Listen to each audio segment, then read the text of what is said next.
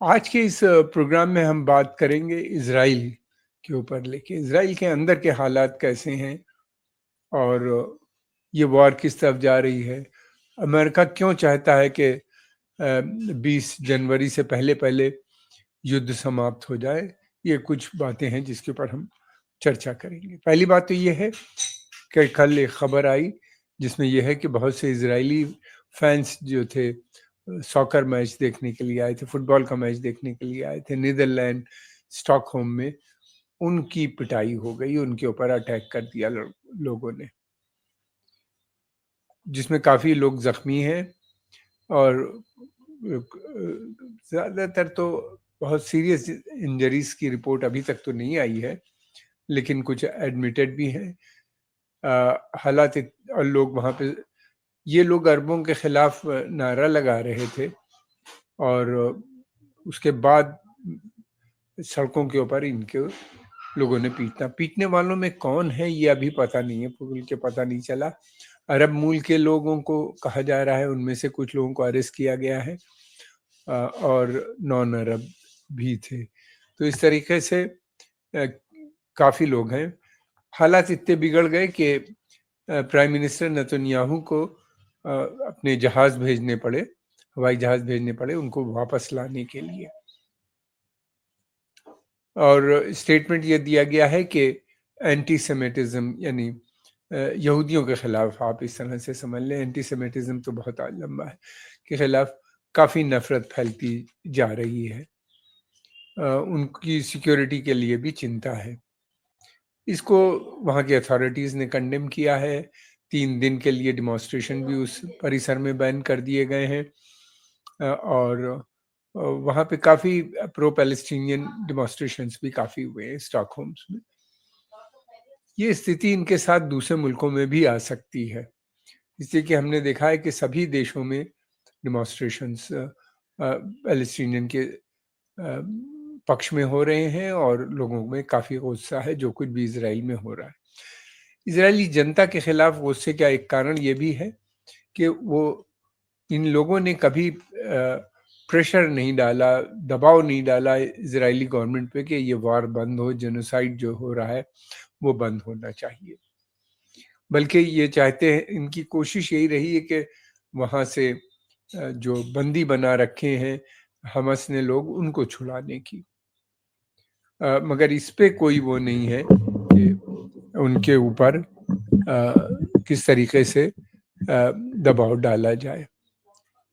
इस कारण बल्कि वो चाहते हैं, जब लेबनान पे अटैक हुआ और शेख हसन नसरुल्लाह की हत्या हुई और फिर उसके अलावा हमने देखा यहिया सिनवार को भी जिस तरीके से मारा की हत्या की खबर आई और उससे पहले इस्माइल हानिया की, तो तब से प्राइम मिनिस्टर नेतन्याहू की सपोर्ट बेस बहुत बढ़ गया इजराइल के अंदर, वो काफ़ी पॉपुलर हो चुके हैं।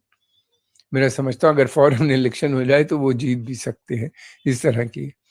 दूसरी खबर ये है कि Israeli army officer major general का था, रैंक का था, यानी सीनियर ऑफिसर था, उसका स्टेटमेंट आया है कि बहुत इजरायली मारे गए हैं इस युद्ध में, इजरायली सोल्जर्स मारे गए हैं। उन्होंने तो यहाँ तक कहा कि एक बटालियन के करीब कम हो गई है, इतने लोग मर चुके हैं। रिपोर्ट्स के मुताबिक 800 लोग इनके मर चुके हैं। मैं समझता हूँ कि इतने लोग तो 73 वार में भी नहीं मरे थे जितने इसमें मरे हैं, कमोबेश उसी तरह की रिपोर्ट आ रही है। और 1200 से कुछ लोग कहना 12,000 इंजर्ड है, जख्मी हो गए हैं।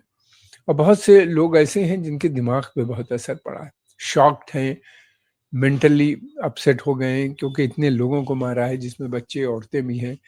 उसको देखते हुए वो लोग, उनके हालात सही नहीं नज़र आते, उनका ट्रीटमेंट हो रहा है, मेंटल ट्रीटमेंट हो रहा है।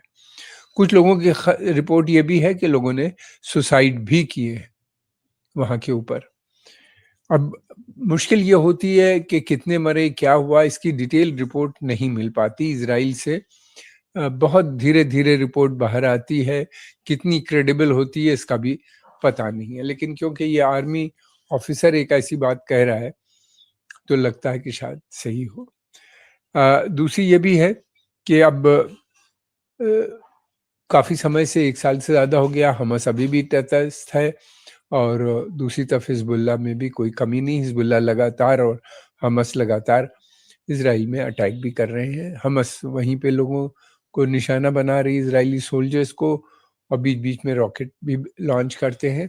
लेकिन हिज़्बुल्लाह ने बहुत डैमेज किया है इज़राइल के अंदर, बहुत से ठिकानों, उनके आर्मी बेस पे, उनके पोर्ट के ऊपर, उनके जो सेटलमेंट्स हैं, यहूदी बस्तियाँ जिसे कहते हैं वो लोग, उनके ऊपर का अटैक करना और नॉर्दर्न इज़राइल से एक बड़ी संख्या में 60,000 सरकारी सूत्रों के हिसाब से लोगों को छोड़ के जाना पड़ गया है।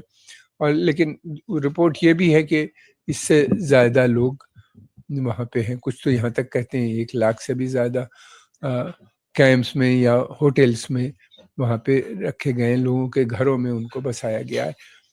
नेतन्याहू ने अटैक करने से पहले लेबनान के ऊपर वायदा किया था कि वो जल्दी ही इन लोगों को वापस वहाँ पे दोबारा से बसाएंगे, मगर अभी तक असमर्थ रहे। दूसरी तरफ ये भी है कि वो वहाँ पे वो चाहते थे कि एक बफर जोन बन जाए साउथ लेबनान में, इज़राइल और लेबनान के बॉर्डर के ऊपर। उनका कहना ये था कि लितानी रिवर जो कि 10-12 किलोमीटर दूर है बॉर्डर से, वहाँ तक का पूरा एरिया वो खाली कराना चाहते थे। अब लेकिन उन्हीं ने वहाँ पे बहुत से गांव, विलेजेस, वहीं पे नहीं बल्कि दूसरी जगहों पे भी बर्बाद किए। बेरूत के सबर्ब में भी बॉम्बिंग की, पता नहीं कितनी बिल्डिंगें गिरा दी। मरने वालों की संख्या लगातार बढ़ती जा रही है, लेकिन अपने ऑब्जेक्टिव में वो वहाँ भी कामयाब होते नज़र नहीं आते। हमास और हिज़्बुल्लाह के अंदर नए लड़के लगातार ज्वाइन कर रहे हैं। उसका कारण ये है कि उनको लगता है कि इज़राइल के हाथों से मरने से बेहतर ये है कि लड़के मरा जाए। तो इस वजह से ये बने हुए हैं और हिज़्बुल्लाह के पास वेपन भी हैं और काफ़ी एग्रेसिव भी नज़र आती है। और उसके पास पीजीएम्स यानी प्रेसिशन गाइडेड मिसाइल्स जो हैं, जिनको रोकना बहुत मुश्किल होता है, हाइपरसोनिक भी हैं कुछ कहा जाता है। ये मिसाइल जो है आवाज़ से लगभग 12% फास्ट चलती हैं, तो राडार पे इनको पकड़ना मुश्किल हो जाता है। और दूसरी बात ये भी है कि हमास ने उनका जो मिसाइल डिफेंस सिस्टम है उसको बिल्कुल फेल कर दिया है। हालांकि 3 लेयर उनके मिसाइल सिस्टम्स हैं। एक तरफ तो वो ये है कि एरो 2, एरो 3 है, फिर उसके बाद डेविड स्लिंग्स है जो मीडियम रेंज है, एरो जो है long range missile defence system है, फिर उसके बाद आयरन डोम है जो शॉर्ट रेंज मिसाइल। ये काम नहीं कर पा रहे हैं और लगातार अटैक हो रहा है और कास्ट भी बहुत आ रही है इन जो लेबनान अपने प्रोजेक्टाइल्स या मिसाइल या रॉकेट्स वगैरह जो लॉन्च करता है उसको गिराने में। एक रॉकेट को या लॉन्च को गिराने में लगभग $1 लाख खर्च होता है। और अगर डेविड स्लिंग का इस्तेमाल किया जाए या एरो 2-3 का इस्तेमाल किया जाए तो एरो 2-3 तो शायद अबाउट $1 मिलियन उसकी कॉस्ट होती है। तो इस तरह से बहुत हैवी कॉस्ट इजराइल को भी ये करनी पड़ रही। कॉस्ट की उनको फिक्र नहीं, क्योंकि अमेरिका उनको लगातार पैसे भी दे रहा है, इकोनॉमी भी सपोर्ट भी है और मिलिट्री सपोर्ट भी है, वेपन्स भी उनको एमुनिशन भी उनको लगातार मिल रहा है। अब ये है कि ये बहुत से लोगों का मानना ये है कि इजराइल जो है वो ईरान का जो नेट था, जाल था, उस जाल में फंसा हुआ नजर आता है। इजराइल के पास बहुत ताकत है, बर्बाद भी कर सकते हैं, लोगों को मार भी सकते हैं, मगर मैंने पहले भी कहा ताकत की एक लिमिट होती है, आप उससे मसलों को हल नहीं कर सकते। और युद्ध का काल समाप्त हो चुका है। युद्ध से कोई मसले पिछले सेकेंड वर्ल्ड वॉर के बाद से अब तक नहीं हल हुए हैं। हमने देखा सिर्फ एक बांग्लादेश तो ज़रूर बना था, उसकी कारण ये थे कि बांग्लादेश के लोग भी चाहते थे वहाँ पे और उनकी सपोर्ट बेस इंडिया ने उनको सपोर्ट किया। बस वही एक एग्जाम्पल दिखाई देती है।